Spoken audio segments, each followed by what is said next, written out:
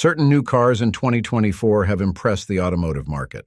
In fact, there are a lot of them, and one or two videos are not enough for me to be able to cover them here. But what I do know is that there are certain weeds among the flowers that need to be flagged. These are the cars that, despite their good intentions and positive merits, have glaring issues that should cause you to steer away from them. Hello everyone, this is Ted from CarlandTV. It's time to get in the front seat, as today, I am going to name some of the worst new cars in 2024 and explain why you should avoid them. Before I start, I would really appreciate it if you would push those buttons below. The subscribe button, the notification bell, all of them. I do not require you to do so, but you would make me smile and push me to give you more valuable car-related content on your screen. Now buckle up and let's get back to the video.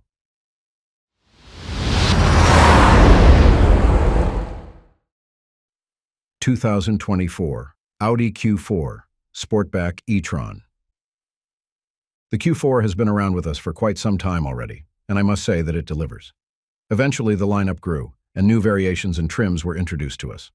One of them is the 2024 Sportback e-TRON, and this one is a full electric as well. Sure, on the surface there's nothing really bad about it, but let's talk about its price. This car is roughly $60,000 if I remember it correctly. So indeed, it's already within the luxury market. It's not a cheap purchase, so its quality and performance should deliver, right? Let me get back to that in a second. The e-TRON is rated at 335 horsepower and has an all-electric range of 258 miles.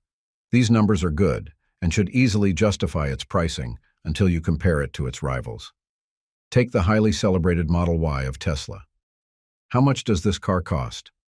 The last time I checked, its base price should be around $50,000, so it's $10,000 cheaper than the e-TRON. However, it offers better capabilities than its Audi rival. It delivers 385 horsepower and 330 miles of range for its base model, which is absolutely insane. Again, please remember that this car is $10,000 cheaper than the e-TRON, so by now, I am sure you are already getting my point. Plus, you should also know that when it was first introduced, it even had less power and mileage. So, the numbers you see right now are due to the improvements Audi has made. But still, they are nowhere near what a Model Y can do. So yeah, if you want to go full electric, just settle with the Model Y. 2024 BMW XM. The criticisms directed against the BMW XM are warning signs that you should avoid at all costs. Sure, it's a luxury SUV given that it's from our favorite German luxury automaker. However, that's not an excuse for this thing to mess up badly. For starters, the XM is actually the latest BMW SUV in the fleet. Initially, people were impressed by its looks, feature-rich interior, and overall reliability. But the thing is, those areas aren't the problem. Let me start by saying that this thing has a jaw-dropping price of $165,000 or so. I don't care if you are rich or not. As far as I'm concerned, this SUV is steeply priced. But then you say, maybe its performance or quality justifies its expensive price tag. Well, sadly, they do not. So you see, the XM is about $50,000 more expensive than the BMW X5M. However, the XM is still heavier and slower, which would really make you wonder what on earth you are paying for this SUV. Plus, its drive quality sucks. Sorry, but that's the best way I can describe it. I mean, it's not horrible when seen from the perspective of ordinary cars. But keep in mind that this should be a high-performance vehicle, so I really expected that it would work like one.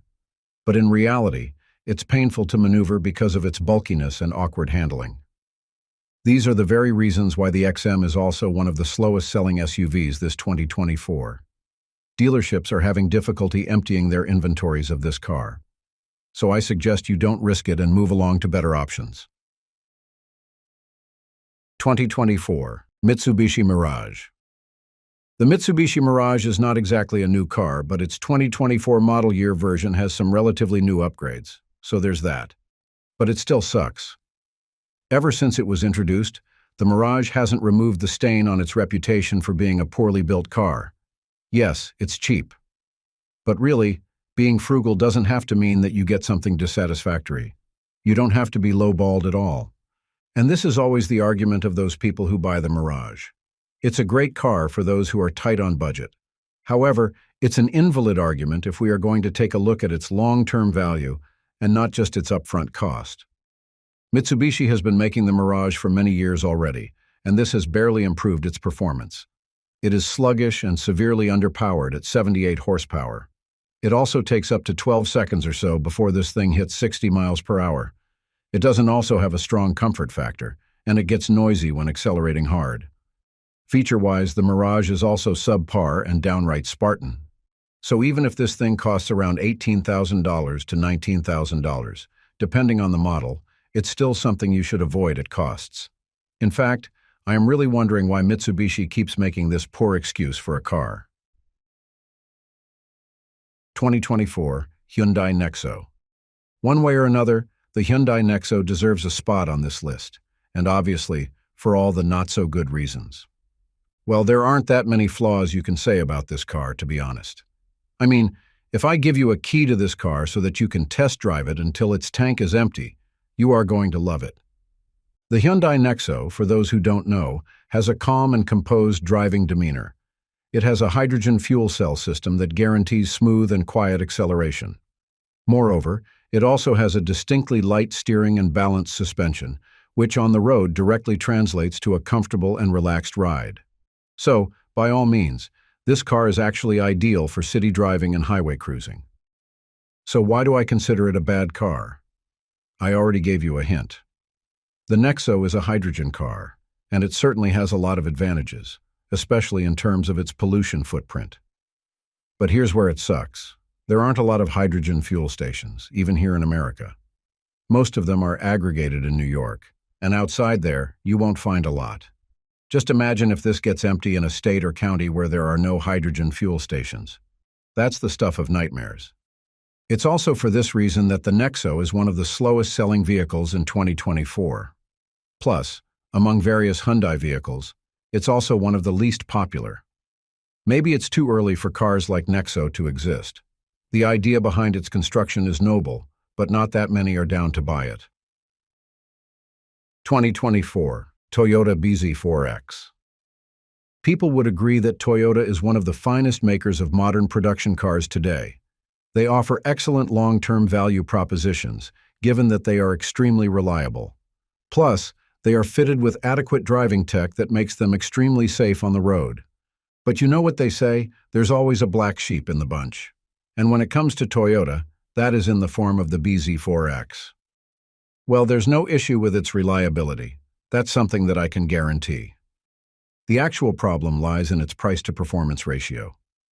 The Toyota BZ4X is currently priced at $44,000 for its base model, and that one offers 200 horsepower and 240 miles of all-electric range when fitted with a front-wheel drive. The range decreases to 222 miles or so once you decide to opt for its all-wheel drive.